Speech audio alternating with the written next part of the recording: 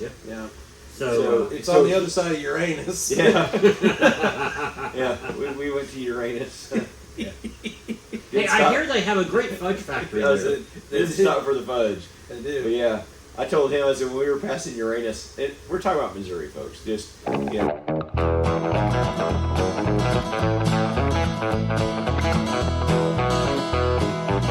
So, well, the two best days of having a boat is the day you buy it and the day you sell it. yeah, I hear that a lot.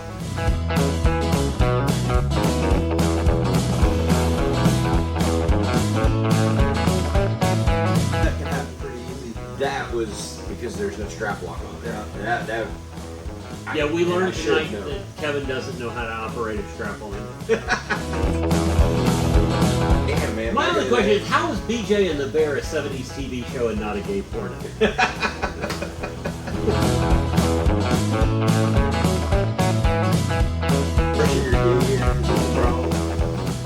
Alright, sorry, hang on. Bam. Well, we'll let Kevin snip off the tip and we'll get this thing rolling. Yeah. Good evening, we are the Smokey Guys. I'm CR Parsons. Apparently I'm Dr. Price this evening. Just performing all kinds of circumcisions over here on cigars. And we have a guest this evening. We do have a guest. Hey, why don't you introduce yourself? Let them know who you are. Well, I'm Bob Saget, and I'm happy to be here. No, Bob hey, Saget would be happy to be anywhere. No kidding. yeah, maybe that was kind of a dying joke. I'm Hank Wilhelm. So was Bob saying. I'm Hank Wilhelm, and I am happy to be here with my two good friends, and at my favorite place, and about ready to rob Kevin Slider. Yeah, of course. So Hank here is a singer-songwriter that I met through a good buddy of ours named Mike McClure, who is kind of amongst the red dirt music industry. He's kind of, I wouldn't say the godfather. There were several that were probably older, and but you know, in my eyes, Mike is a huge influence on what I do, and I know you as well. Yep. And so we met through a event he had down at his house one time, where he called in a bunch of singer-songwriters to get together, and you and I actually got in. We were the first two to get there. We got there a day early, and met for a drink, and ended up striking up a friendship that has now lasted 4.5 years or so. We played shows. We actually played a show that first weekend that we met, and hotel bar. yeah, and we've been doing it ever since. And tonight, these two gentlemen shared a stage with me. Here we are 6 days away from my 50th birthday, and we put on a little birthday concert at a local venue here in Tulsa called the Blackbird, and I was so honored that all my friends got to get on stage with me and share a stage, and so many of my friends came out and just said happy birthday, told me they loved me, and it was a night that meant so much to me, making it half a century when I almost didn't. I mean, it's just, true. Yeah. And if you're wondering why he's saying and thinking a whole lot more than he normally does when he speaks, about half of those people bought him a drink. And I wasn't sure we were going to get through the set because I wasn't sure he was going to be able to remember his name, much less the words to the songs we were singing. This is not vodka. This is not white tequila. That is recovery fluid. This is water that'll hopefully get me through into the morning. I probably had at least 20 shots of whiskey tonight, which is insane. I had one beer. At least you sipped most of it, though. I tried to take it as easy as I could, but every time I turned around, somebody was wanting to buy me a shot of whiskey. And they're like, "What are you drinking?" I was like, "Well, at the beginning of the night, I was drinking from a full bottle of Elijah Craig that was sitting on the counter. I think by the end of the night, that thing was empty, and it was the big bottle." So, It was. Yeah. It was completely Nick said empty. there was 4 bottles of different things that they had already ran out of towards the end of the night. Hey, our crowd is a drinking crowd. We have fun. We love it. We love playing with those folks. We love having that particular audience group out. They're just a blast. But for having drank as much as I did, thought I pulled it off pretty well. You're doing really well. Thank you. You You've have recovered well. You you picked have up. managed it well. Yeah. Thank you. And I'm not I holding. had some moments. I'm not holding the guitar drop against you because that can happen pretty easy. That was because there's no strap lock on it. Yeah. And that. Yeah, we learned I tonight should've known. that Kevin doesn't know how to operate a strap-on. That's okay though. His wife does. Yeah. Yeah. Man. So I must say, I'm having a Nespresso. Nespresso. Nespresso. Nespresso. Not that we support or endorse products on here, but let's at least get it right. Nespresso. I'm not good with my talking. Yeah, I understand. You know, And I'm from a small town I'm in the the one middle being of nowhere. accused of having too much whiskey. Yeah, I had very little. And You can thank George Clooney for the Nespresso, because that's who really made Nespresso a household name. I don't think I'll thank you. I'll thank you for showing me the ways of having it, though. So I appreciate you. Well, and we have to thank Boston Mike, because he's the one that brought it to this shop. Oh, Yeah. well, thank you, Boston Mike. Boston Mike is the man. Y'all are going to meet Boston Mike one of these days. We're going to have him on as a guest. We have to. He's one of our local characters. I need to meet him. I don't think I ever have. Have you ever watched Bill Burr do comedy? Yeah. Okay. Then you met Boston You've Mike. met Boston Mike. Boston Mike is basically Bill Burr without the arenas full of 20,000 people. Right. Yeah. He entertains the 10 of us around here. So, KP, what are we smoking? You handed these out tonight. So these are Espinosa. This is the 601 Bomb, La Bamba. I believe this is number 7. I could be totally wrong on that. Yep. 8. Warhead 8. Yeah, this is the 601 La Bamba Warhead number 8. As far as size and strength, this would be right in my wheelhouse. Probably not my favorite of theirs. Yeah. They did that weird little shaped, it wasn't really a double torpedo, but it was like, I think it was number 6 that they did that had the 2. Yeah, it was almost like a Figurado, Yeah. but it was slightly different. Yeah. Yeah, that one, flavor-wise, smoking was by far like my favorite. Mm-hmm. One of my favorite cigars ever. But I'll say this one right here is my typical cigar. Yeah. And so it hits all the notes. I bought 2 boxes of these, and this is the last 3 of the 2 boxes. Oh, So, wow. Hope everybody enjoys them. I really enjoy this cigar, and big shout out to Big Tony Gomez. I saw Big Tony a couple of weeks ago Man. at Smokelahoma. And one of my favorite reps. The guy is just amazing, and Mhm. it's such a fun dude. Absolutely. And it's a box press. Mhm. One of these days we need to talk about the shapes and sizes and how cigars are different in that respect. Yeah. Because I was just talking to one of our buddies, Mike, who is a big golfer, and he said he always smokes a box press. And he said the reason is because he can set it down anywhere on the golf course and it's going to be there when he gets back. Whereas a round cigar, Rolls. won't. It'll roll. So yeah, and I'm the same way. I golf a lot, and I prefer a box press when I golf because I actually have a special like tee that has a big extra big head on it, and so I will take that, poke it in the ground, and set my cigar on it Oh, because I don't like the cigar to touch the grass where they have put all the chemicals. right. And I prefer, just for me, if I'm gonna get cancer, I want to get it some other way. But yeah, I really don't like for my cigar to touch the ground, so I will push that in the ground, lay a box press on there. It sets on a tee perfect and nice. Doesn't roll around on you. You don't have to do a whole lot of messing. But we also have friends that absolutely hate box press cigars. One of my comedian friends in particular, we pick on him every time he rolls into town. Yeah, Sean Jones, we're talking to you. That's right, Sean. We get him a bottle of TX whiskey, which he loves, but we always pick on him about having some box press cigars for him because he cannot stand box press cigars. What about you? Do you have a preference on type of shape of cigar? Or Well, I haven't smoked a whole lot of box presses. I've had a few you brought me and whatnot.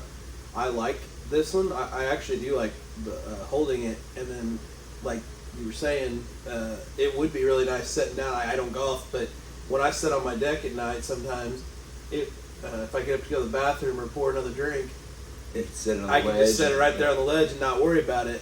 I get by, but like sometimes I have to like put my phone in a cup and hold it just so if the wind's blowing with the round ones, you know.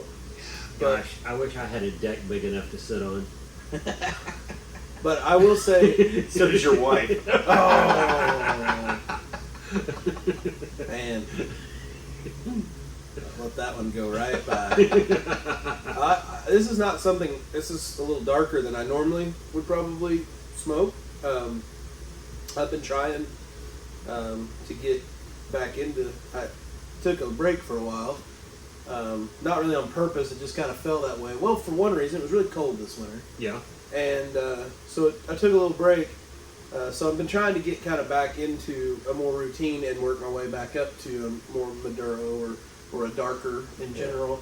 But I do prefer, most of the time, I prefer more of the, we'll say, breakfast blends, the coffee flavors. Cremosas, stuff like that, yeah. But I will say this, with the Nespresso, is actually blending pretty decent. Very good. Yeah. Very good.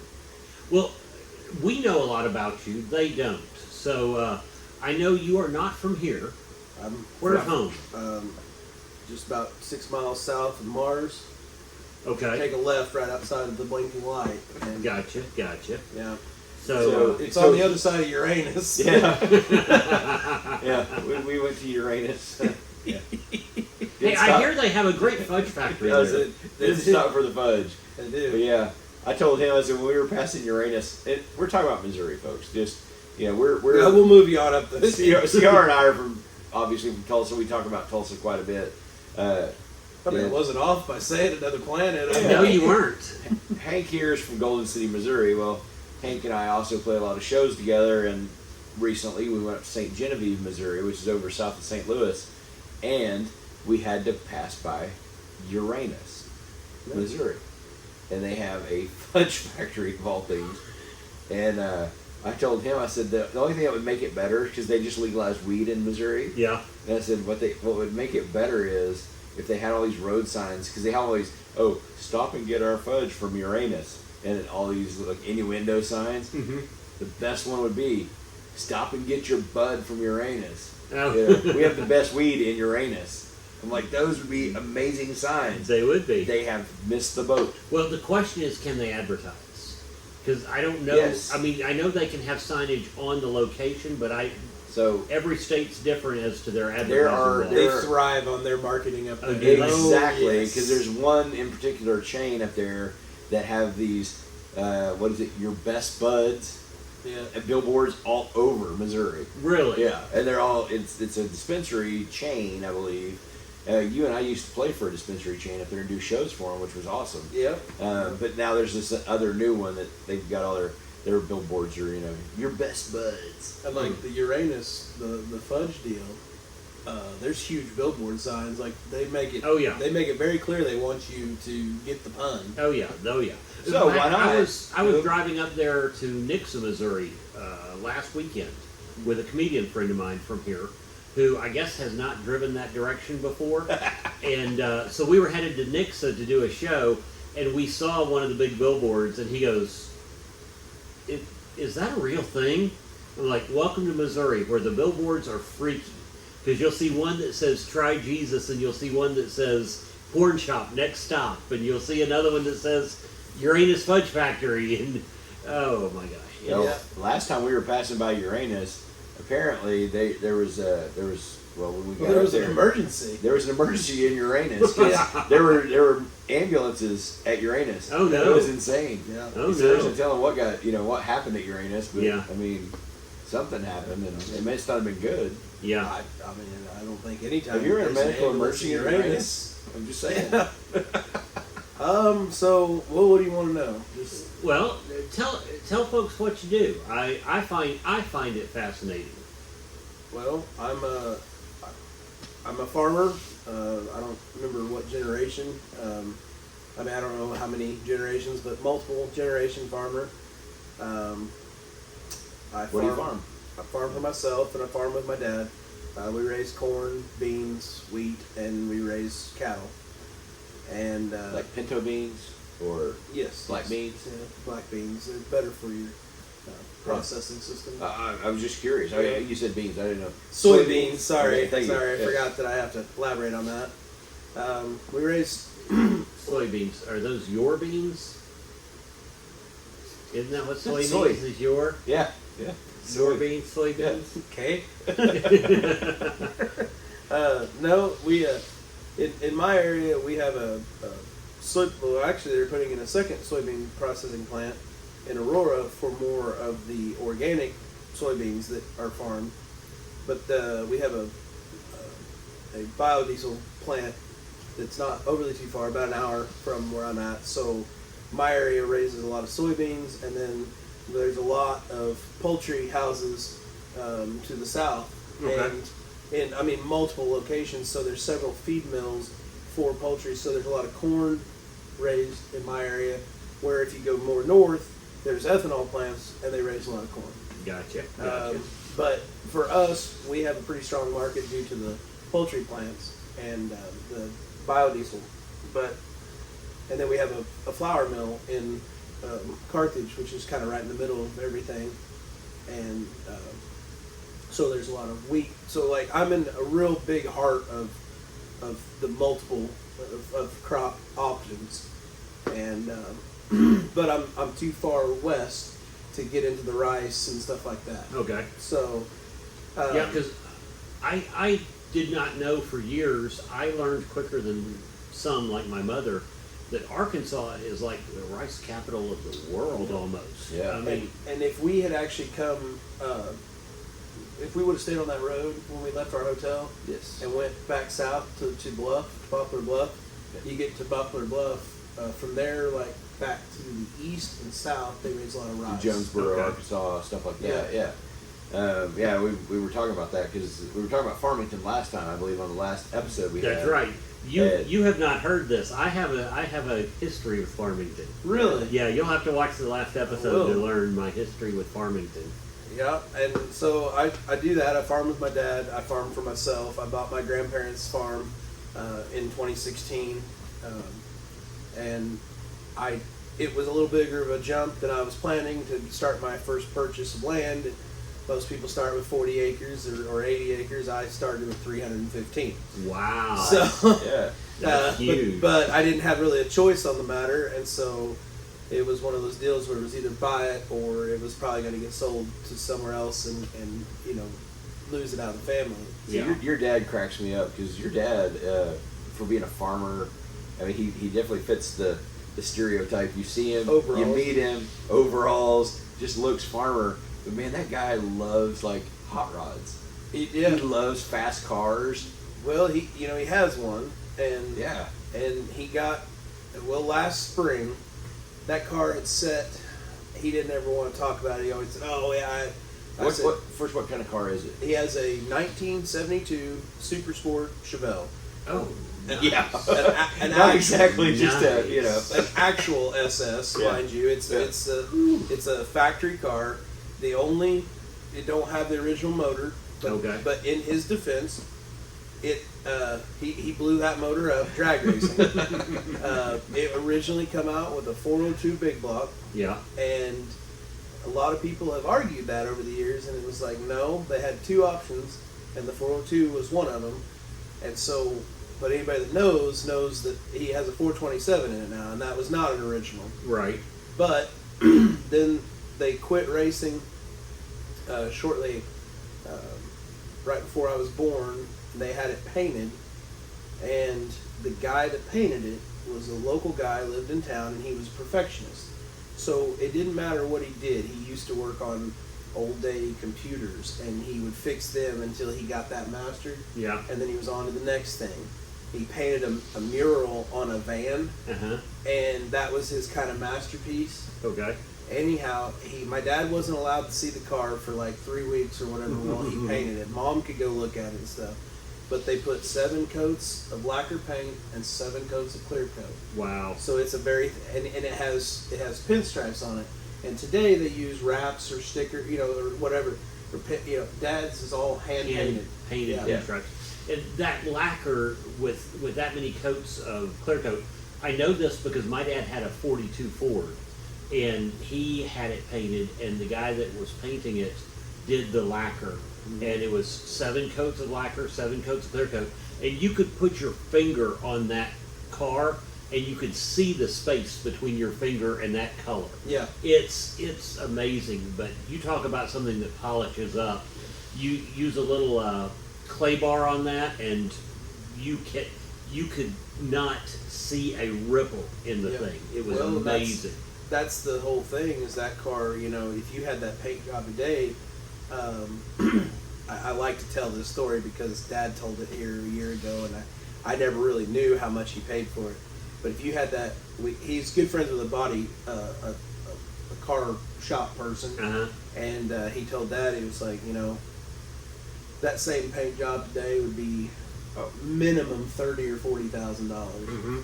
Dad paid the guy for the paint and traded him a carburetor. Oh wow! So, wow! What a deal! Yeah, and that was what the guy wanted. That's awesome. And but anyhow, so they drag raced. He had a 70 Nova SS, true SS, and the 72 Chevelle SS, and they drag raced them. And Mom had a 77 Nova, so she would go to the track and drag race with it. And she'd been doing really good all day, but she got hot. And so she ran the air conditioning on her last pass, and she lost, and my dad, I guess, about killed her. Because she was beating, because it was so slow, right, that, everybody kept breaking out, sitting there waiting for her going down the track until they could actually take off. And so she finally, she turned on her air conditioner, and it messed up her speed, and she broke her time. But, that's funny. But anyhow, they did all that, and then they went to car shows with the Chevelle in the later time. And then when I was born, they kind of, it just sat in the garage, and he would get it out. We'd take it every once in a while. But he had, last year, in 22, he put new tires on it because, he had to. But anyhow, those tires have been on that car since 1978. Oh, wow. They were old bias tires, and they had finally, when we took them off, the back tires, we actually found where they were cracked all the way across. So it was just borrowed time. Yeah. But anyhow, they had literally been on there since 78, and the car hasn't been rained on since 78. Wow. Wow. It might have been sprinkled on maybe on a way of trying to hurry home. Yeah. But it's never been fully rained on since then. It was sprinkled on and immediately chamois. Yes. Yeah, it's funny because the first time I met his dad, pulled up to his house, and we were getting ready to go do a show somewhere, and his dad's sitting out in the truck, just sitting there with his phone. And so I walked over and introduced myself and everything. I think I said something like, what are you doing or something like that. He's like, I'm sitting here watching drag racing videos of Corvettes. Hank says you have a Corvette. Well, a lot of people don't realize that corner of Missouri is so huge on motorsports. Right. Because they don't have a big motorsport arena like all of the stuff, all the NASCAR stuff down south, all the stuff down in Dallas, other places in the country. But so many of those things came from there. Darryl Starbird and all of his custom cars were from there. Yeah. The original Bigfoot was from that part of the country. Yeah. And that part of the country built almost all of the monster trucks for years before they started going more national, and then other places started building them. And so it's a huge car culture down there. Yeah, it's funny because you're talking about NASCAR and stuff.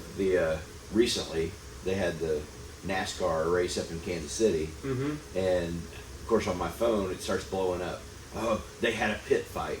So I was like, oh, normally I lived for a short amount of time in Concord, North Carolina, right near Charlotte Motor Speedway, and so I was pretty deep into the NASCAR culture, and a lot of my neighbors and stuff were NASCAR drivers. Yeah. And So I see something like that pop up, and I'm thinking like, oh, this is like the old days whenever guys would get in the pits, man, and it was a knockdown, drag out. Yes. The pit crews are fighting each other, the drivers are fighting each other. It's just an all-out war. So I pull up my phone, and these two drivers like go over, and they kind of get nose to nose, and they're talking, and literally one punch is thrown, and it's broken up, and I'm like, wait, what? This is not a fight. And that was like the Jeff Gordonization of NASCAR. which met Jeff Gordon. Oh, did you? Very tiny man. Yes, he is. Very tiny hands. He is very small. I was very like I felt like I was like in the Willy Wonka at the chocolate factory. I was like, well, am I meeting a child? My uncle is an avid NASCArist. He claims to be a Baptist, but I think he's a NASCArist. Oh yeah. But Jeff Gordon was a foul word in his household.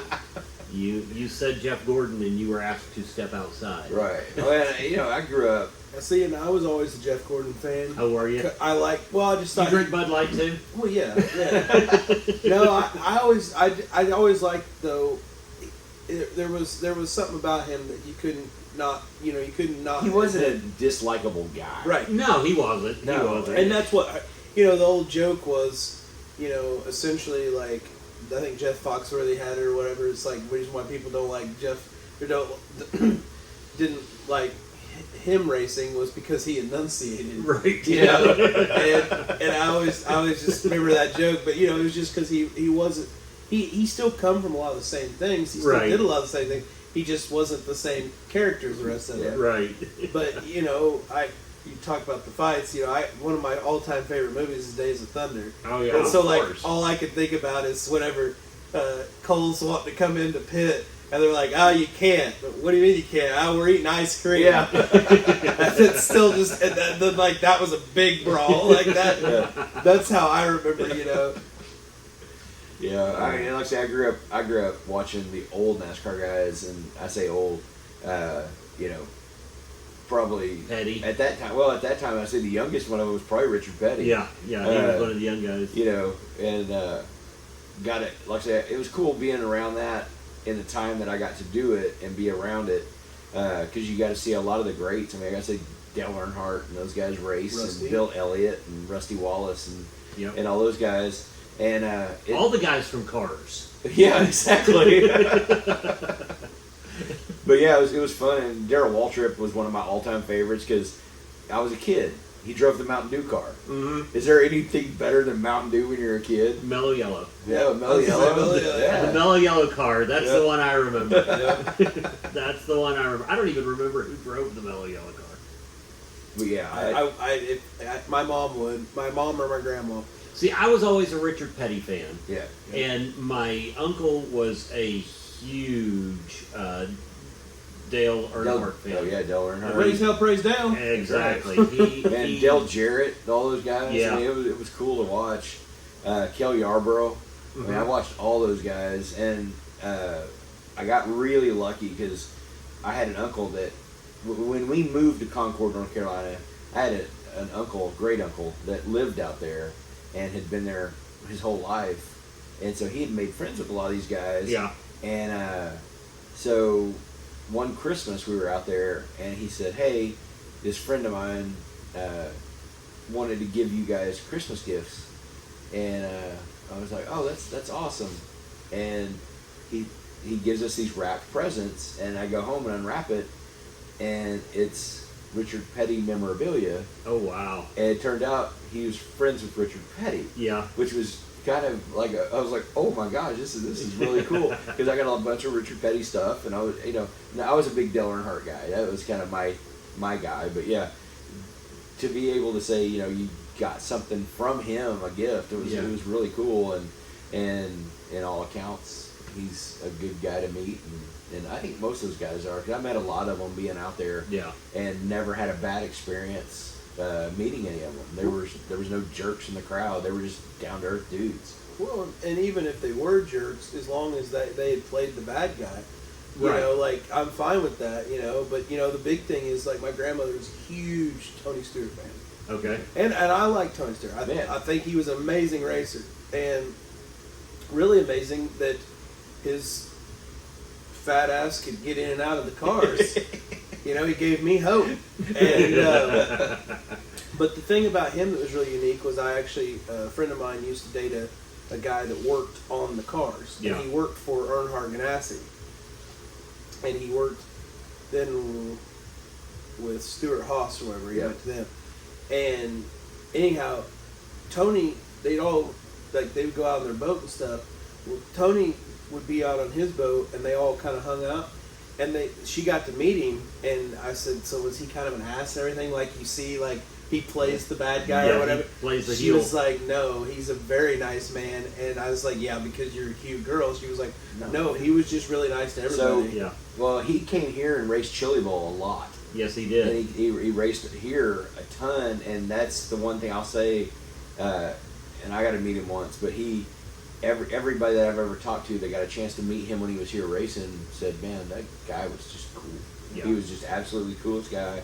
And yeah, I mean, it's just like anything else. I mean, if you're playing sports, of any kind, I played hockey, and you always had to have that one guy. Right. You need a heel. You got to have the bad guy. You need a heel. Every team needs one, and every sport needs one or two or whatever. Because I mean, I love Dennis Rodman. Mm-hmm. I thought that guy. He was very big disliked. We discussed actually about him. And he was like he wasn't real well liked till he goes to the Bulls, and then everybody loved him. Right. But when he was on the Pistons, man, everybody hated him. Yeah. Yep. But defensively, man, there was just not a whole lot of better guys than him, and I still think he's a guy I'd love to sit down and have a cigar and have a beer with, or have a whiskey with, and just pick his brain, because I think he's probably a really interesting cat. Oh, absolutely. I agree wholeheartedly. Well, just like in the Rocky movies, I mean, sure, you could cheer for Rocky, but I mean, Mr. T, right? I mean, Drago. Yeah, go Russian or go home, you know? Yeah, hey. Well, I guess I should finish up by, I do need to tell you one more thing about me, two more things, but, so I also drive a truck, and up until driving a truck, I drove a truck a little bit, but never as much as I have in the last, 5-6 years, but I like playing music and farming, and I started driving a truck more for this guy that I went to work for, and he put me in pretty nice. I'm a big long-nosed Peterbilt fan, and he put me in a nice truck and trailer, and I found a love in that to the point where I was like, I could just do this and not. I wouldn't care if I played music. Like, I liked trucking so much. Yeah. And then the trucking is still one of my all-time favorites, and I still want to do it. I still like doing the music, but I then fell in love with cooking. And as both of you know, I'm always like, hey, what do you think of this idea, or tell me about what you made or whatever. I've really fell in love with cooking, and I've been lazy lately, but I will admit, it's still like I get really excited about when I come up with an idea of a meal or something. Now, you're talking to the right guys when it comes to talking food. But I don't want to get off the trucking all of a sudden, because whenever I was growing up, there was a couple of things that made me want to be a trucker. I never fulfilled that dream. Lot lizards. I mean, Lot lizards were one, of course. Right. I mean, The other was he wanted a monkey. yes, I wanted to be BJ and the Bear. BJ and the Bear was my jam, man. My only question is, how is BJ and the Bear a 70s TV show and not a gay porno? I'm sorry, with a name like that should be a gay porno, not a. It probably 70s was. TV show. I wouldn't know. I mean, I'd probably do the research and find out. But having that cab over truck and having a monkey, I was like, man, is there really any better way to tour the country? Not at all. Not Just at all. Get you a chimpanzee, jump in a cab over and just take off. I could probably do that today and be a happy individual. Well, there is something to be said about. I don't drive over the road or nothing. That's all. Farthest I drive is like an hour and a half away. Yeah. And actually, I'm turning when I'm hauling grain. If there's not a grain line, I mean, most of the time there is when I go to this one particular place. But speaking of those poultry houses, like one of the places I haul to is about an hour and 20 minutes from where I work. If there's not a grain line, and I'm trying to get my contract filled, like I'll turn 3 loads. Well, it's 70 miles one way. Yeah. So basically, you know, round trip 140. So I'll hit, what's that, 140 times 3. So 420 miles. Yeah, you know. I can't do math. Give or take anywhere between 420 to 450, however, you know, which way I go. Here's the 420. There you go. 420. And, you know, so you don't think about that until, like, you get home and everything. And, man, you've had a 13-hour day or 14-hour day, and you're like, man, I'm really exhausted. And then you realize, oh, I just drove like what Dan would do. Like, he would drive that many miles, you know, before he had to stop for the computer deal, right. you know. Shut down. Yeah. Take your time off. Yeah, because when he first was trucking and we were talking and I was hauling, he was talking about how they have to, like, they have the E-log on the trucks they were running, and I'm like, I don't know nothing about any of that. So he's talking about our buddy Dan Conklin, who is an over-the-road driver. Yep. And he's also a singer-songwriter that we do shows with. And he has a YouTube channel called Truckin' Troubadour. Yeah. And does a lot of videos and stuff like that, which is really cool. So, hey, if you're a YouTube fan, go check it out.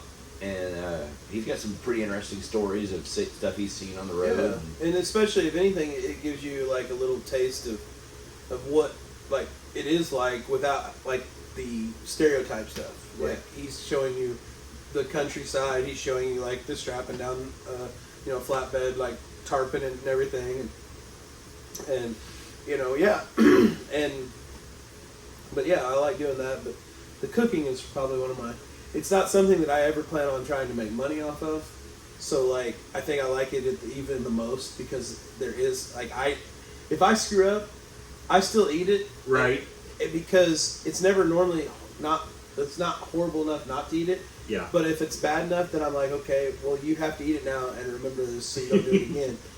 But, like, First time I made boudin, same. Oh yeah. Oh, I can only imagine. I butchered that. Oh my gosh, I just really, and I always consider myself a pretty decent Cajun cook. Yeah. And oh yeah, my first experience with boudin was just my wife and I. We were like, oh yeah, I'm gonna make this. It's gonna be great. Whatever I did was so wrong with boudin that we literally like threw it in the trash and went and got like a pizza or something because we were just like, no, we can't even eat it. I did that with brie. Oh yeah. I successfully butchered that. Damaged brie. I ate it. I don't know how to explain it. Basically, I didn't know. I seen this TikTok and this gal did, like, it was around Christmas time. She did like 10 days of brie or whatever going up to Christmas. Mm-hmm. And this particular one, she used some Bailey's Irish cream. Okay. And crushed pecans and brown sugar, and basically made this like syrup like glaze. Mm-hmm. And then you take the brie out and you pour that over it, and then you like dip it with the little dried crostinis. bread. There you go. Yeah. And anyhow, so I was all excited. I was like, that's gonna be awesome. Uh-huh. And so I made the stuff, and I made too much of the syrup, basically. But I didn't know, and I could not find on the package, and why I didn't just Google this, but I didn't know that you don't take the casing off the brie. Oh, yeah. Yeah. So I peel all this off, and I put it in the oven, and it just ran everywhere. It turned into a pancake. Yeah. And so I ate it, but it was real, because it was still sweet from the syrup, so it wasn't gross. The gross part was it was like a limp, cardboard. Like it was a pliable, but like it was weird. almost like plastic. Yes. Yeah. Yeah. That was sweet. Yeah. That's funny. And I tagged her in my video, my TikTok video, and I was like, help. And so she was like, oh no, and she's like, no, don't take the casing off. And yeah. And so she told me, like, it was really cool. She was a pretty big TikToker, but she told me, what to do next. And I can't remember if I think I did one more, and it turned out better. It didn't do that, Yeah. But it didn't turn out near as cool as her videos. Well, see, I'm a cheese fanatic, and I love every type of cheese. You cannot find me a cheese that I won't eat, even blue cheeses. I love a good blue cheese. But what most people don't know is most of the rinds on cheeses are completely edible. Now, some of them aren't as good as others, But unless it's a wax dipped cheese, the rinds are all edible. Yeah, and see, I did not know that. Yeah. And it was too late in the night to get hold of my mom to be like, do I take this off or not? And apparently my uncle is a huge brie fan. Oh, yeah. And as soon as I started telling this story at Christmas, he was like, why would you do that? And I'm like, well, I didn't know. Yeah. Well, last night I was in Oklahoma City and went to a show, and after the show was over, a couple of the guys that we were hanging out with, they wanted to go out and grab a bite after, grab some food after the show, and so we went to Ned's Starlight Lounge in Oklahoma City, Okay. and which is owned by a former Michelin star chef, and one of the guys that was with us says, "Man, I eat here all the time. It's amazing. We got to go there and get food." I'm like, all right, cool. So it's like, I don't know, 11 o'clock, whatever. We dart up to this place, and we go wheeling in and run in real fast and order a couple drinks, and he asked for a menu, and they go, "Oh, the kitchen's closed." Oh man, disappointing, right? Because we kind of had our mindset on getting some food, and so we struck up conversation with the bartenders and the other people that were in there. We're talking and hanging out, and the owner, Ned, he was in there, and he said, "Guys, I'm really sorry that we didn't have the kitchen open, but hopefully you'll come back and check it out sometime." And so we go kind of about our own way, and we're talking and watching. They had live music, so we're talking and requesting songs and tipping the guy that's playing. And in a minute, the bartender comes over and he goes, "Man," he goes, "we really do feel bad that you guys came here to eat and you couldn't eat. So, man, we don't have much left back there, but we'll see what we can whip up for you." So here in a little bit, they come out with this plate, and it had homemade potato chips on it. Okay. And it had, it wasn't Stilton blue cheese, but it was another type of blue cheese that I'd never heard of. Okay. And I thought I'd heard of them all, but apparently I hadn't. But it had that, and it had a balsamic reduction drizzled over it, and over these chips. And you would think that would not be something that would just be like, oh my gosh, eye-opening. It was amazing. Yeah. Just homemade potato chips with this specific blue cheese, which I think any blue cheese probably would be fine, and balsamic. Oh, it was phenomenal. Yeah. Great little snack to have. I had an Aberfeldy 12 Scotch. Mm-hmm. It was awesome. We sit there and had that, and like I say, the owner chef came over and we were talking about it. I said, I know right now that you're a great chef because you can take something so simple and make it special. Yeah. And that speaks volumes to your talent. I was down in New Orleans, and I was eating at a restaurant, and I forget whose restaurant it was. It wasn't Chef Besh, because I love his place. Oh yeah, John's. John Besh is an amazing chef. It wasn't his place, but it was another place that I went to with my cousin, and we had, our dessert was a Stilton cheesecake slice with a balsamic reduction. Ooh. So I can imagine how good that was. And I had the same reaction. I'm like, I never had a blue cheese cheesecake. Yeah. That sounds odd. But it was one of those places that you just trust the chef. Right. And so you're going to try it whether you think you're going to like it or not. And it was amazing. Well, and one of the guy that actually wanted us to go there, he was like, "Well, I know this is balsamic, but I don't understand how they get it to be almost syrupy like it is." And I said, "Well, they just reduce it. You just basically pour it in a pot, and you let it simmer on real low heat until it thickens up, and it takes a while. It and gets sweet. Yeah. And, it's so good." So we were talking about that, and he said, "Well, how do you know to do that?" I said, "Well, whenever I make barbecue sauce at the house, I've had it referred to as Irish fighting sauce, but what I do is I take a can of Guinness stout, pour it in a pan, and I just put it on low heat, and I literally simmer that stout beer until it is thick like a syrup. And then I start making my barbecue sauce from that. But the base is a reduced stout beer. And it's really good. It comes out just really awesome. Good. So does using the reduced balsamic vinegar, it has a sweet and acid. Yes. And with the sour and the blue cheese, it actually complements it. Complements it beautifully. Huh. Yeah. Beautiful. Did you all hear that? That's some farm boy starting to learn the lingo. That's how much I'm passionate about cooking. I'm trying to learn this stuff. I'm trying to learn cigars. There's so much to know about cigars. There are a lot of things. And so basically, these guys are real good about picking up on what I mean, because I don't know the names of things, but like I'm learning like the Connecticut wrapper or whatever, so I can give them a spectrum that then they can work with me. I'll be like, oh yeah, you're talking about such and such, or they know if they offer me a cigar, they know what I kind of like, because I'm still more in the lighter or the creamier of, right. And so, but I do really love the nubs. Yeah. Nub makes a great cigar. And so I was actually going to ask. So I know this is much darker than you probably would normally smoke. Yeah, it gives me a mild And, spin. yeah, and well, and so And I've been pulling on her a little hard, but with whiskey is the same thing. You normally like to take a whiskey and add ice or water to it, and thin it down a little bit. But you've been getting into drinking more neat whiskeys for actually several months now. Right. By dumb luck, I had one night by accident, and then after a few times doing it, I realized I was doing it, and then I was like, oh yeah, I'm doing that because the two bourbon snobs would give me a hard time about, do you need a little sippy cup with your ice and your bourbon? So I think without like knowingly, I was I was trying to teach myself how to do it.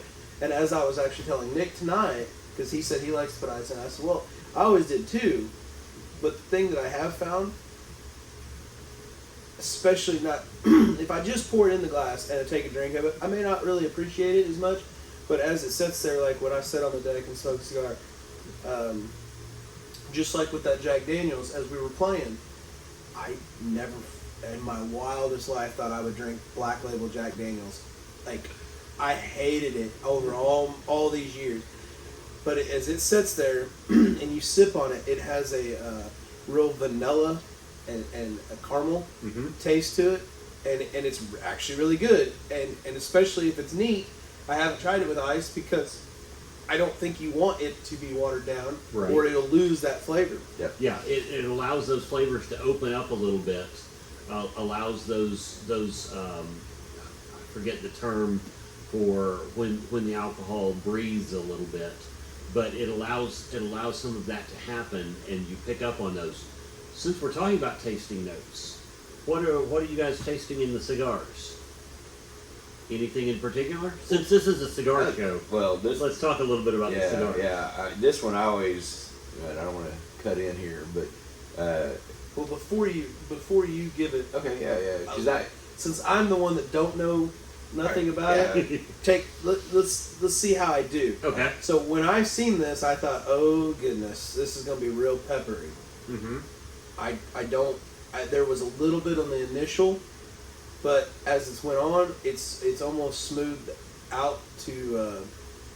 It's not a creamy like a Connecticut wrapper would be that I'm more familiar with, but it kind of smoothed out, and it's not peppery. It's a rich, but it don't have that bite to it like I really was dreading. And when I first lit it, I was like, oh yeah, there's gonna be a little bit of bite.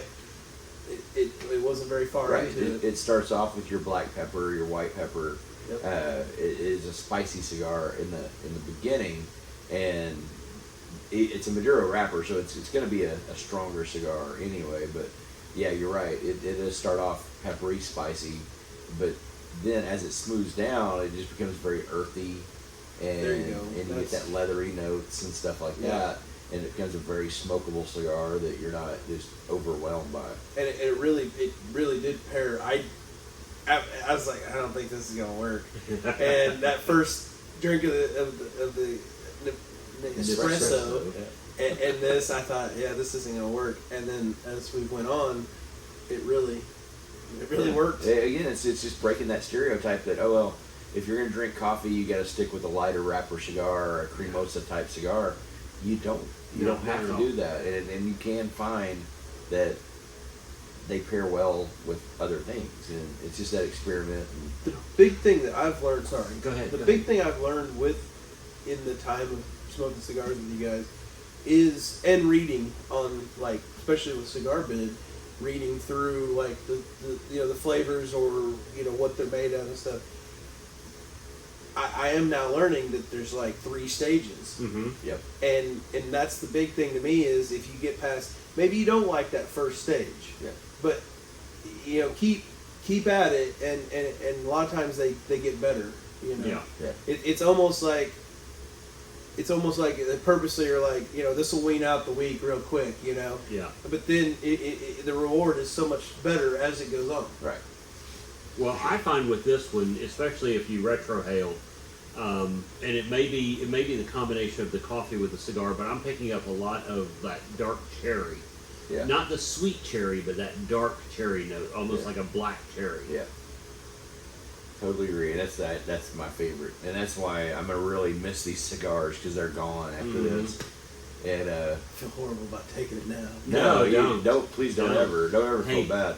It's the best thing about a good cigar is sharing it with a friend. Exactly, and as much as I will miss these, I look forward to the next one that they're going to release, and they'll do these once a year, and I'll continue to buy them because they produce a great cigar, burns clean, great flavors, and they're always a good draw. Yeah. I've never had one of these with a bad draw. Yep. And Same. for everybody that's watching, I don't know if you noticed, but earlier on in this, she just about went out on me, and I was pulling pretty hard, and I'll be danged if it didn't get itself back to going, and I've yet to have to light it because I gotta try to look cool in front of them two. You don't have to try. Yeah, I'm probably smoking a little bit faster tonight, but I'm into that third, and Yeah. I'm getting close. And I think I got like another inch of it. Yeah. I love these cigars. I would say out of this is 8 now, I guess.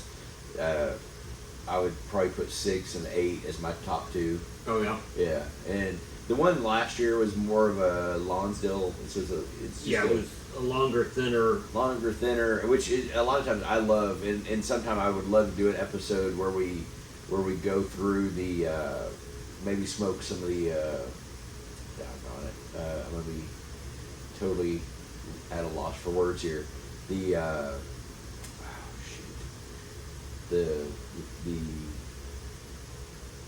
thin. You almost get as much wrapper as you do filler and binder. Mm-hmm. Doggone it, what are those called? Oh, now you got me. See, exactly.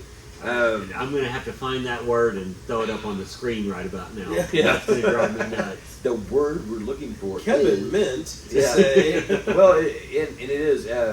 Those were cigars that I never really. Lancero, yeah. Lancero. That's never, the word. Yeah. I never really got into those. I would always pass on them because I was always looking for a bigger ring gauge. Right. And darker cigar, stuff like that.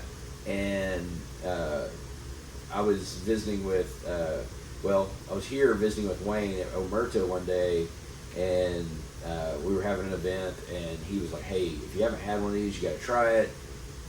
And smoked it. It was great. And then it was like kind of this weird thing that, like, the very next time I went into Classic downtown, Jeff was like, hey, I always ask him, what's new?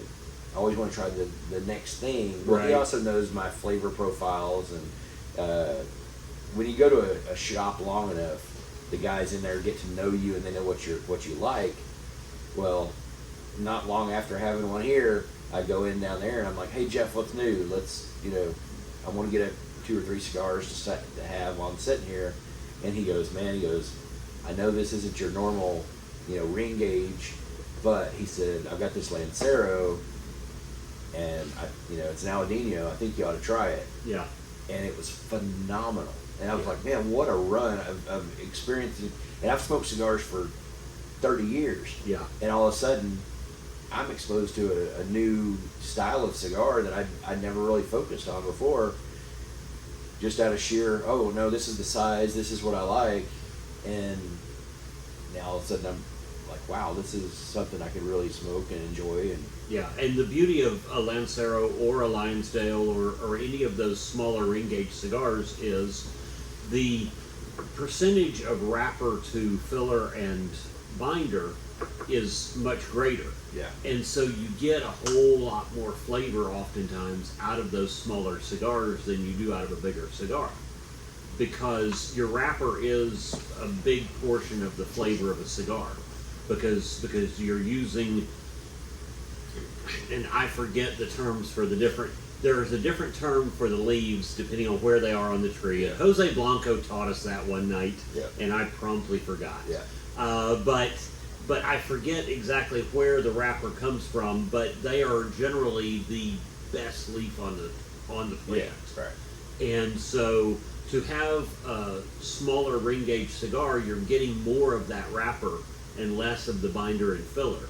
And so they're a lot more flavorful oftentimes. Yeah, and so now I'm very apt to go in and grab a Lancero where before I would just pass on.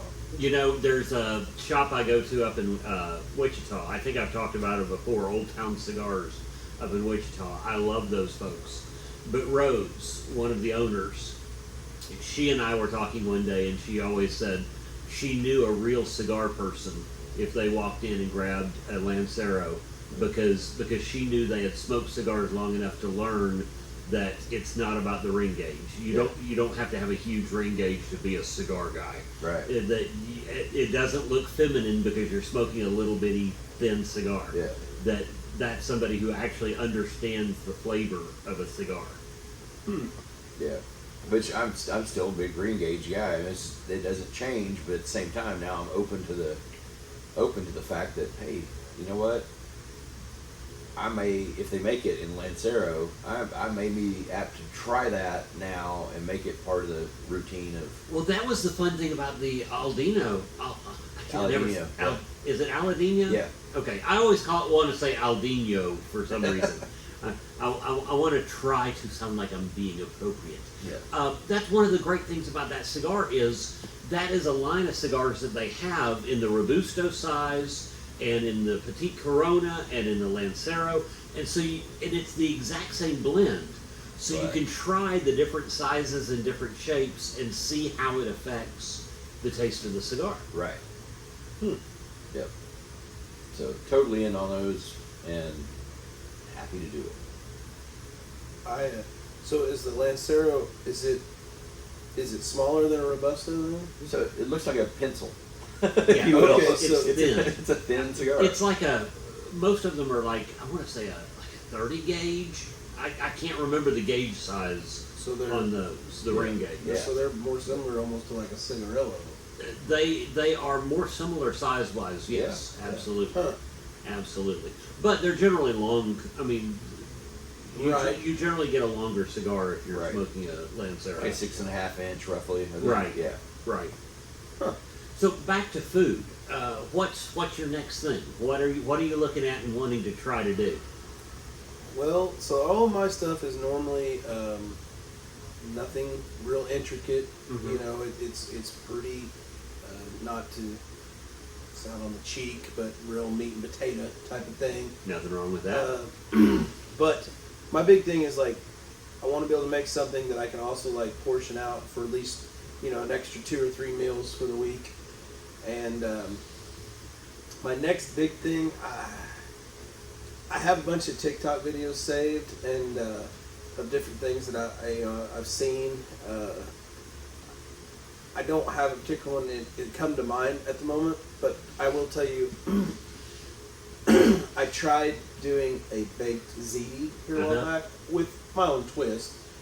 But I made a mistake of the grocery store had this like pick 6 for $30 thing, Okay. and keep in mind, not everything on there is of a very strong quality, but they had like a 4-pack of the smoked like kielbasa or sausage or whatever, and where normally you would get like 2 This is like the 4. I got some lunch meat, some various other things for other stuff out of this deal, and they had a big bag of mozzarella cheese. Something that you need to read on your cheese when you buy it is make sure that in the ingredients, it has somewhere in there something about cheese. I didn't read that until I used it, and I could not figure for the life of me, when I put it over the top, why this damn thing wouldn't melt. Right. And I used the broiler, and all I did was have a whole bunch of basically plastic to break off. And I come to find out when I looked in the ingredients that the only thing that was even relative to milk or to cheese was milk. Yeah. So I have over half a bag of that's junked. But I used real mozzarella, I bought the mozzarella, fresh mozzarella that was sliced, and I threw them throughout there.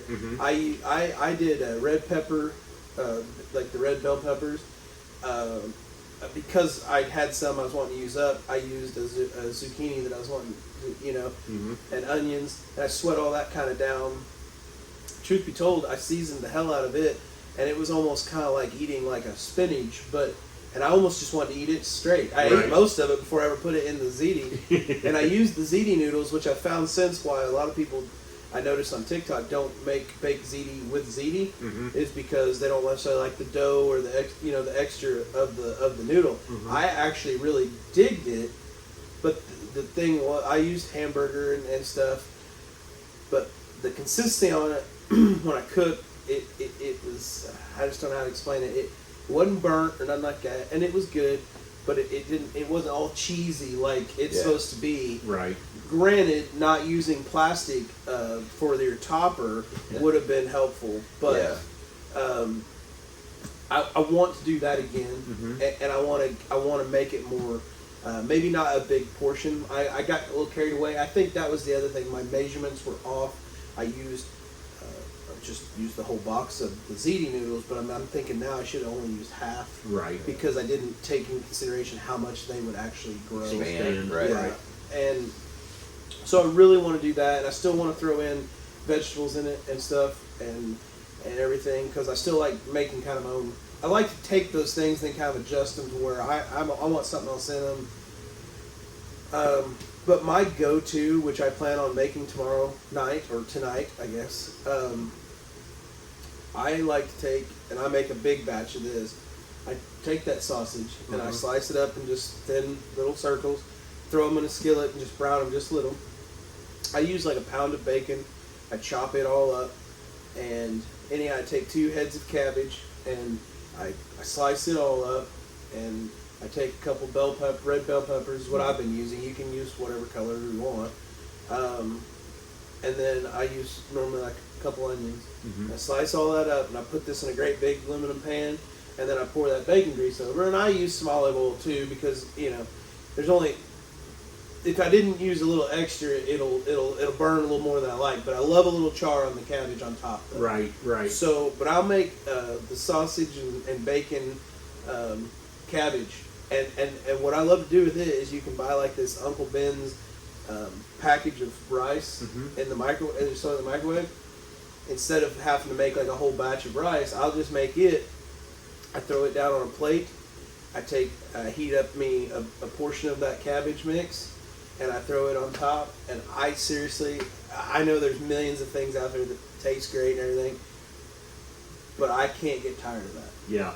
And I think it is just a great, and you can go mashed potatoes you can throw on top of that or whatever, but and so I plan on doing that because it also gives me a few meals for the week. Yeah. Another one that I seen that was actually a really quick and easy one, and I did it, and it turned out pretty decent. I have Dano's seasoning, and I follow Dano on TikTok, and he did the whole price thing showing how, and it was like under $20. But he bought one of them Bob Evans family-size mashed potatoes. Yeah. And you take like a can of peas, and I can't remember what other one. I used a can of peas and a can of corn, and then hamburger, and it was almost kind of like a shepherd's pie. Yeah, it sounds very shepherd's pie. Basically, and but you take biscuits, You just cut them out. I cut them in 4 corners, and you sprinkle that, and then you put your cheese, I think, over the top. Mm-hmm. Throw it in the oven, and it's called I forgot something. Blue collar belly warmer. Okay. He got it from another TikToker. That's funny. And kind of threw, obviously used the Dano seasoning, so that was his part of the video. And I did the same, and I thought for something as simple as that, I was like, that's great, because it was good for other meals for the rest of the week. Yeah. And that's just my biggest thing is I want to make stuff that's still really good, but can benefit me for a few days. And I'm a bachelor, so that's what I like to do. It's very the stuff you're describing is very Eastern European. Yeah. It's very German, Polish descent type. Right. Or even meals. Irish. Yeah. It just kind of falls into that realm of things that are hearty for people who are working out, in the fields or Right. whatever. I mean, it's just the type of foods you made because they were hearty. They gave you the nutrition you needed to get energy to carry on throughout a long day. Yeah. And that's I'm a big goulash guy, and Yeah. that type of stuff. People talk about soul foods. Goulash to me is kind of my soul food. That is one of the things, man. I could make that. I could eat on it for days and just be a happy camper. Yeah. And it's just one of those things that harkens back to a different time. I'll tell you what I've been into lately is I started growing microgreens. I was seeing that. Oh my gosh, they are amazing. It takes, for me, it was a couple of weeks to get them up where I wanted them to be. But you seed a tray and you seed it like crazy. I mean, you're planting a cup full of seeds in a little tray. But they grow up, they don't grow very high. You cut them before they grow very high. But you talk about flavorful. I grew broccoli. And it's just little not flowers, little broccoli leaves. But it tastes so sweet and almost nutty. And it's like eating a broccoli floret at its peak, at its most sweet moment. The one that blew me away was sunflower seeds. Growing sunflowers. Yeah. Grew like crazy, and you talk about delicious. And the best part about the microgreens is so much flavor and nutrition is packed in a little package that you don't have to have a big bowl of salad to get your salad nutrition. You can have a little handful of salad and it's just as nutritious as a big bowl. But so easy to grow. It blew me away. I'll throw some pictures up of my microgreens that I did. But yeah, that was a neat experience because I'm a frustrated farmer. Well, then you're right on track, bud. Oh man, You and the rest of the Midwest. my family in Mississippi were all big farmers and could grow anything, and everything they grew tasted amazing. And I've been trying now for 2020. I was like, you started in COVID. Yeah, I started during COVID. During COVID, yeah. And I've tried to grow stuff, and it's gone okay at best up until this year. This year, my regular garden is doing well. I'm very happy with my regular garden. But I learned about growing microgreens, and I've eaten microgreens. I've always liked microgreens. But I learned about growing them, and I'm like, I'm going to give that a try. And sure enough, 2 weeks later, I had these beautiful microgreens that I took a pair of scissors and just gave them a haircut. It was so cool. That is pretty neat. I told Mom about that actually. Did you? Yeah. And I come home one night from work and my yard has the concrete feeders with the dirt in it for planting. Yeah. But now there's like 4 or 5 like old rusted out on the bottom that we can't use anymore water tanks. Okay. That are all strategically placed in my yard over there in this one, our garden area. And Dad had the neighbor bring his skid steer over and dump dirt in them. And anyhow, I come home to all these in my yard, and they had raised garden bed. Nice. And so Mom's planting stuff in there. And she did that a couple of years ago. And the thing that I loved about it, I could go out there and she had the lettuce and stuff and you cut it when it's like so. Right. And you're right though, like it's a whole different deal than getting it like a great big piece of lettuce or whatever. Absolutely. And then like the radishes, Mm-hmm. there's something to be said about having them fresh out of the garden. Mm-hmm. You get them from a store. I go through radishes a lot in my lunch boxes. I'll slice them up. Do you? But they're nowhere. They're not even comparison. Mm-hmm. I mean, she had carrots. I could get little carrots. That was a little different because it was weird because they were only like so long. Right. So it was kind of weird. Like you had to really cut them up because they were hard to wash. Like they were so ingrained with dirt. Yeah. But the radishes, they were great. You just rinse them off. You could bite right into it if you wanted to. And but the lettuce was the big thing to me. She had I forgot what type they were. But it isn't like getting cheap iceberg or whatever. Right. It's like little baby romaine or whatever basically, Mm-hmm. and or like a spinach type of and I loved it, and I told her, I said, you've got to have jalapenos for me because I love candied jalapenos. Yes. I love them on burgers. I love them on anything. I like to even throw them. I buy it at the local grocery store. It's not a local person that makes them, but it's a local like Missouri company that has grown into a big. They store them in stores, but they're not like buying like a Smucker's brand or whatever. Right. And I really like it because it's not a lot of people that do candied jalapenos will be almost more of a watery. Right. I like more of that thick syrup. Syrupy. Yeah. Yes. And Mom made them like that, and the ones I buy at the store are like that. And I'll put them in breakfast burritos when I like freeze them, and it gives it my buddy Trevin, I made some for him as he helped me on the farm one day, and I gave him a couple of them to try so he could start doing that breakfast prepping. And anyhow, he liked them. Well, when he helped me on the farm, I was like, okay, what do I owe you? And he's like, just make me like a 7-day batch of those breakfast burritos. And I make they're almost like a pound. I mean, they're huge. Yeah. I get a little overboard with it, but I love having like a big breakfast burrito. Nothing pisses me off more than you go to a convenience store or Sonic or McDonald's, whatever, and there's these little tiny things. And so anyhow, I have like black beans. I actually got to where I was chopping up bacon and breakfast sausage, and I do the candy jalapenos and the cheese and the eggs and stuff, and then I do tater tots, a line of tater tots in it. And anyhow, I made like 20 of those things between what I wanted to make up and for him, and I was like, next time, can I just write you a check? Like, it was a lot of work, but anyhow, he absolutely loves them, and and he told me, he was like, they're not hot and super spicy. He's like, but they have a little heat, but they're sweet. And I was like, yeah. I said, candy jalapenos. I wish I would have known about them 20 years ago.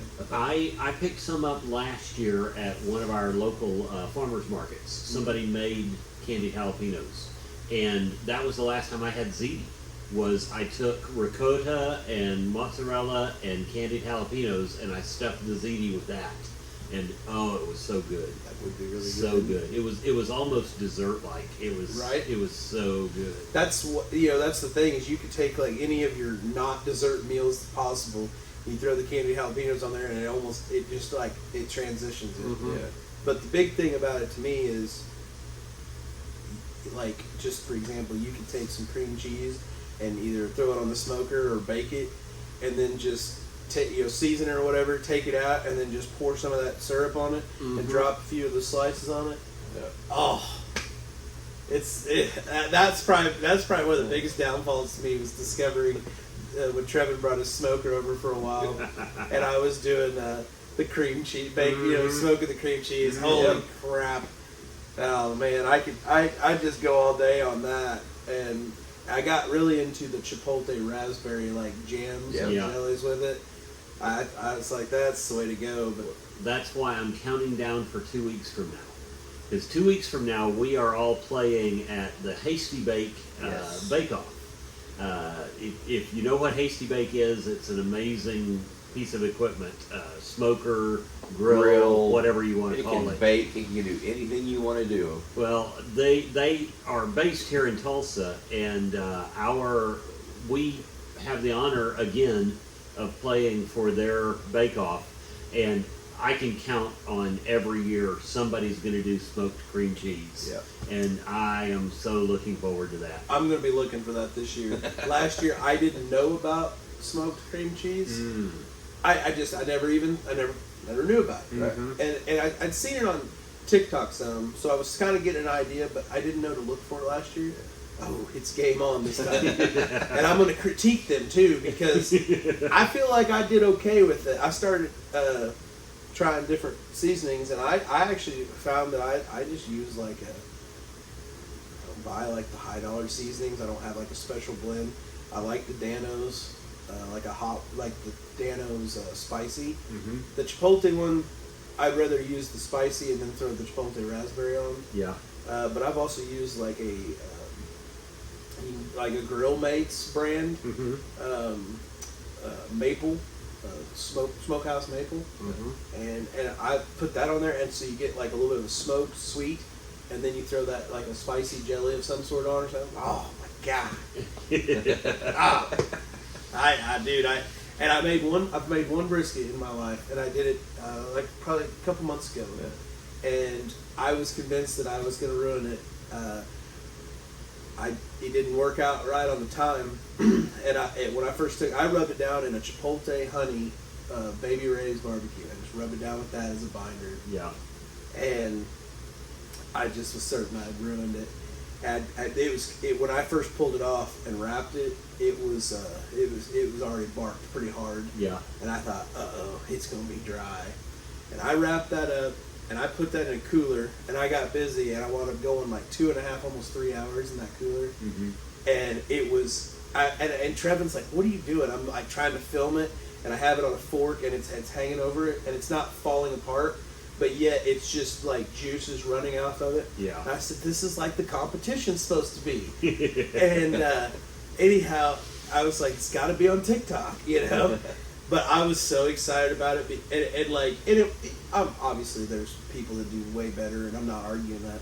But it was my very first one. I was convinced that it had been ruined, but I am telling you, throw it in the cooler, wrap it up. I wrapped it in tinfoil, then towels, put it in a cheap cooler, and went off, kind of pissed off about my whole situation. Is one reason why I just left it sitting there, because I was like, probably no good anyhow. I swear it turned that completely around. Yeah. Yep. That is the main trick to a great brisket is wrapping it, and people don't.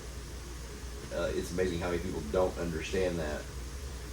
I did one for you actually, because he bought a cow and had it, and I was firing up the hasty to do something one day. I was thinking I was doing a pork belly or something. He's like, "Hey man, I got this brisket. Can you throw on there?" And I felt like whenever I pulled it off and wrapped it, even at that point, I thought, man, you could probably just slice that thing right up. But once I wrapped it and sent it home, it was good. He texted me. He's like, "Oh perfect. my gosh, dude!" He's like, "This is great." I was like, "Oh yeah." See, I've never been much of a smoker of meats. I love eating smoked meats, but I'm lazy, and I want stuff ready now. Right. I don't want to wait hours. So you just find a friend that has a hasty. I find a friend that has a hasty bake, and when they're firing it up, hey, can I bring a couple of things over? It works beautifully. Right? Works beautifully. And that's something... It's kind of like having a friend with a boat. Right? Yeah. Well, see, and that's a good friend, because I've rarely met anybody that didn't buy a boat that didn't sell a boat.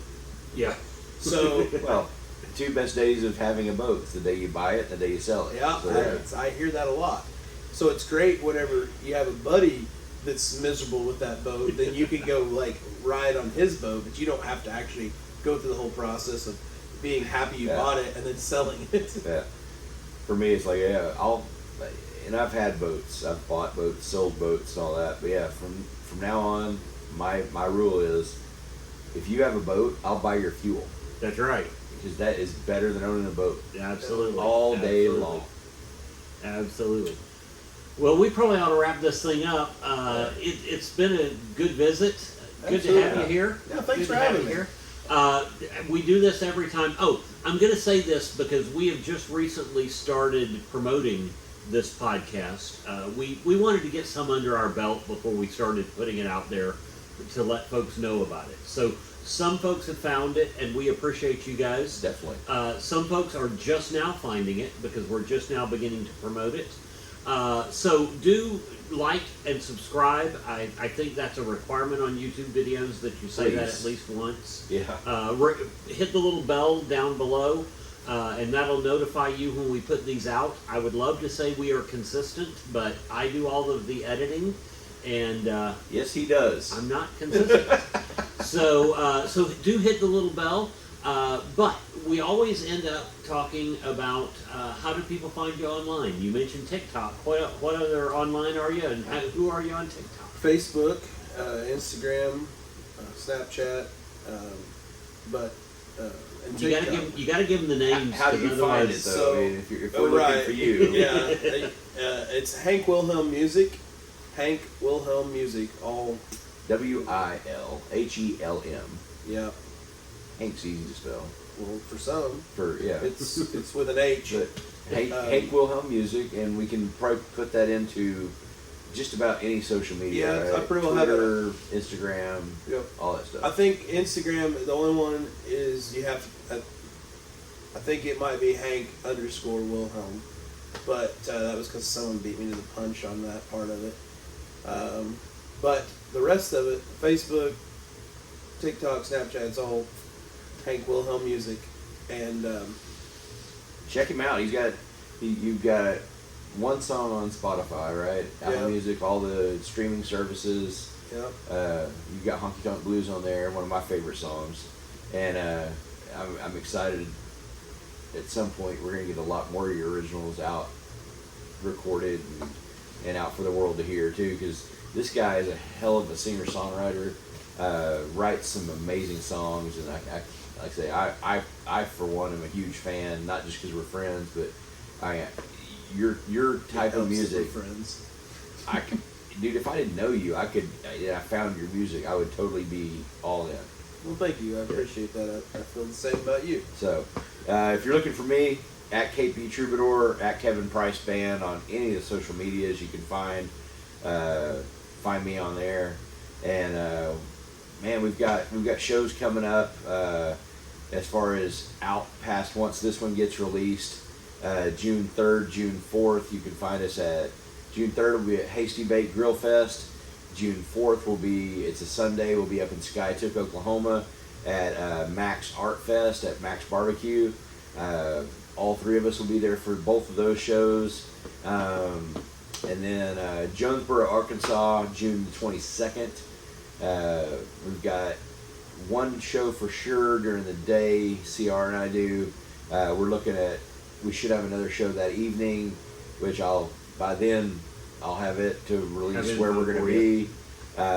June the 24th, Hank and I will be in Jasper, Missouri for their July 4th celebration. Yeah, we will. It's I was like, about a week? About a week early, I think, for July 4th. But that's when they're doing their big firework thing. Do you have anything else coming up that you want to promote? Oh well, are you coming up? I'll be up for Golden. No, I mean for in May of 24th.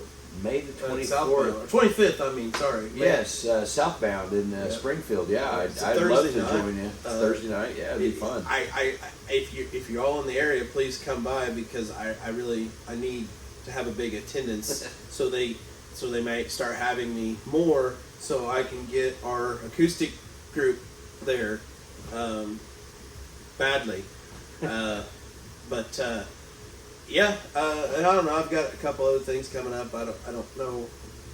I don't really off the top of my head. I know that and the Hasty Bake and the Max Art Fest, and then I think there's kind of a gap, and then We got Golden City Harvest Days. got June 24th, and then I've got July.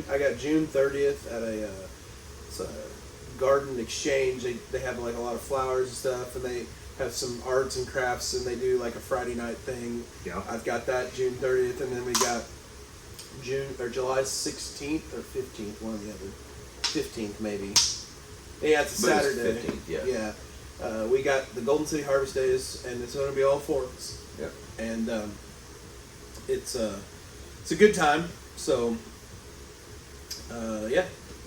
And you can find me on all the social medias under CR Parsons Comedy or CR Parsons Comedian. Just check both of them out. I'm on TikTok. I think I'm under either CR Parsons or something like that. I don't post much on TikTok. Yeah. I need to do more You TikTok. can do more of that. Well, I was doing it for a while pretty regularly, and I've been way off the grid on Have that you? too for a while. Big thing coming up here in Tulsa is the end of July. We have the Blue Whale Comedy Festival. We have some spectacular comedians coming in, including one from Saturday Night Live. So if you're hearing about this, look it up, Blue Whale Comedy Festival. I'm involved with that. I am one of the few people who have done every single Blue Whale Comedy Festival that has happened. And they are a great time. I mean, I always walk away after seeing some of these comedians I haven't heard of, and thinking, "Wow!" I mean, there is some really, really good quality entertainment coming up. We've had a great alumni class. We've had Tig Notaro, we've had Maria Bamford, we've had Dan Soder. I got to work with Dan Soder a couple or three times now because of Blue Whale. So it's just a great time. But look us up on there, or look that up, Blue Whale Comedy Festival. Again, if you want to reach out to us, my email address is booking@crparsons.com. Or you can look us up or email us at Smokey Guys. SmokeyGuys@gmail.com. And we'll see you guys next time. Thanks for being here, Hank. Thank you for having me. And until we have you guys on it, or until we see you guys again, Stay smoky.